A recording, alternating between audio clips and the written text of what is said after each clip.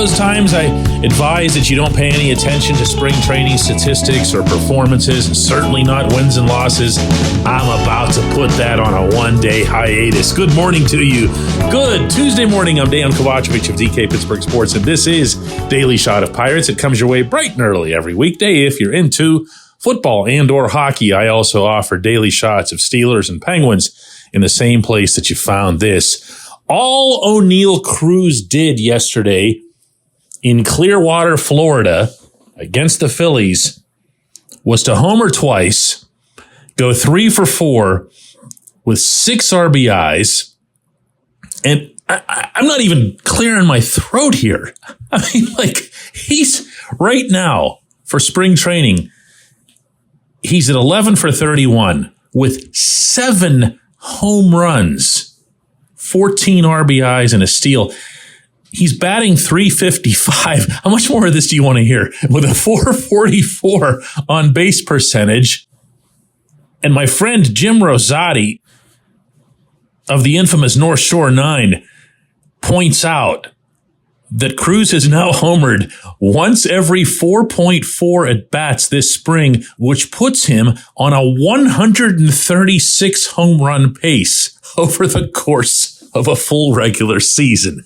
All right, come on. We can have a little bit of fun with this, right? Let's remember, the number one storyline of this spring for this team was going to be just the health of this extraordinary athlete, just his well-being, just how he was going to be able to handle movements at shortstop, fluidity on the base pass, a comfort level in the batter's box. And you're instead getting this. You're getting all of this, which should tell you a lot about his health, but also about who he remains in this broader conversation in the baseball world. He is special. Oneil Cruz is special. Listen to what Rowdy Tellez, who, by the way, hit a monster bomb of his own yesterday. Now, before I read this, actually, Tellez said this to reporters in Clearwater after the game. And Tellez is, how do I put this? Because I really, really like the guy. Had some terrific interactions with him a couple of weeks ago. Funny, he's outgoing, he's the loudest voice in the room, but he also can be a little bit over the top. So I'm just going to read this to you, right? I don't have the vocabulary to describe him. It's impressive. I've been on the other side of it, so it's nice to be on this side of it, to watch it and actually clap instead of being upset that we threw that pitch to him. He's going to be a generational player. He's an elite player, and he's one of the best to run out there every day at the 6th position. We have a lot to look forward to. That's not something that you just blurt out. You know you've got cameras and microphones around you. You know that if you sound dumb, it's going to come back at you in some form. But that said, I'm not sure how others control their praise whenever they're seeing something like this. This is not a sport that lends itself to freakish outliers like this. It's not just that Cruz is, putting them up in the air and they're sailing out because it's spring ball. It's not because the games are in Bradenton. This was in Clearwater. The Phillies ballpark is not known for its wind. It has pretty fair dimensions. And oh, by the way, listen to these exit velocities. Remember I mentioned to you that an exit velocity would matter a lot in spring because it'll tell you the difference between a spring ball and a real live bomb. In the second inning, Cruz had an RBI single to right that showed an exit velocity of 110.9. That's a single. In the third inning, Daniel Harper was on for Philadelphia. He threw a full count fastball away, outer part of the plate. Cruz destroyed it. 419 feet, exit velocity of 111.1. I'm going to repeat to you that was a fastball away. That's one of the pitches that had been giving him trouble early in his tenure in Pittsburgh. And to be clearer here, he didn't take it the other way. He put it up on a grass hill above right center. And when he did, the Phillies announcer on TV, the moment the ball hit the bat, he just says, ouch. Last one came in the 5th inning. That was off Spencer Turnbull. This was a 1-2 curve. He's behind in the count, and it came in and down on him, down toward his shoes. 403 feet with an exit velocity of 106.4. And this one is one of those ridiculous Cruz home runs where you see the swing, you see the ball, you see where it ends up, and none of it computes in your head because the swing, it looks like one of those just little gentle upward strokes that should be nothing other than a pop up to second, maybe a pop up to shallow right at the very most. And it goes and does all that.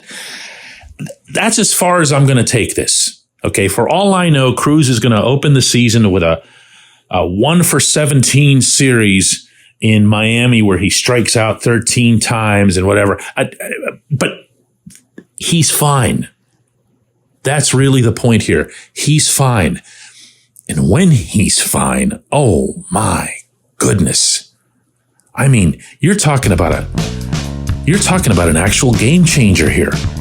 You're talking about someone who changes everything about this team, including the way we think of them in the near term and the long term future. When we come back, J1Q. This portion of Daily Shot of Pirates is brought to you by our friends at North Shore Tavern that's directly across Federal Street from PNC Park. It's home of Steak on a Stone, an eating experience, underscoring the word experience. The steak is brought to you partially cooked on an 800-degree stone, and you do the rest.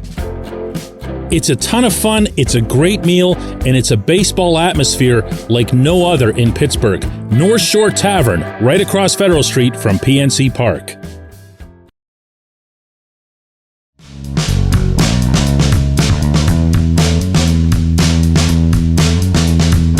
Today's J1Q comes from Kanger, and he won't let me off the hook here. He wants this to keep going. He just says that first homer, taking a 96-mile-an-hour pitch on the outer third of the plate, 420 feet to dead center. I know.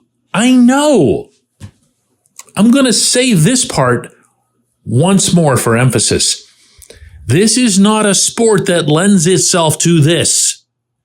This is not a sport where if you go back over a century and a half, you'll find great outliers, where you'll find someone who comes along who can just do things that others can't.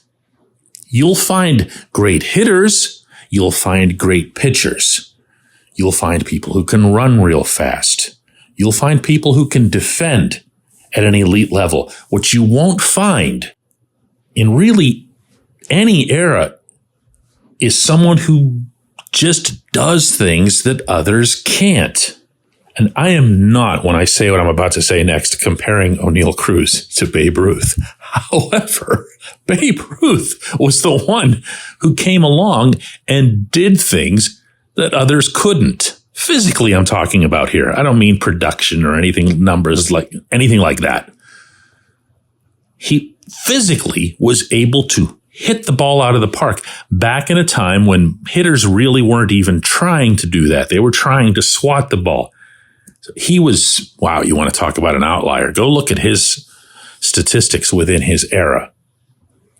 But was he physically more this or that than somebody else of that time? I mean, look at the photos, Look at the little waddle to first base and whatever. That's not what you're talking about with Cruz. What freaks people out about Cruz is seeing the physical everything that he does. It's not just the exit velocity. It's not just the ability to seemingly stroke any type of pitch anywhere over a fence. It's the throws. It's the ridiculous throws from the shortstop position. It's the fact that he's at the shortstop position, as you heard Tellez mention, one of the real standout guys who's ever gone out to the 6th spot. I mean, if you'll recall, none of us are all that far removed from wondering, gee, can he really stick there at short? I'm not talking about his injury. I'm talking about when he was coming through the system. So, I mean, I could do this all day, but you know what I'm going to do instead? I haven't done this in like forever. I'm going to end this show by offering a sincere compliment to Neil Huntington and his staff for having identified this player in the Dodgers system, for having secured him in the trade that sent Tony Watson to Los Angeles. Tony himself is actually agog over what the Pirates got for him. And that is, as veteran for prospect trades go, that is a very, very good one. Now, that crew was there for a dozen years, and they had a lot more misses than hits. They had some big, big misses that ultimately cost them their jobs.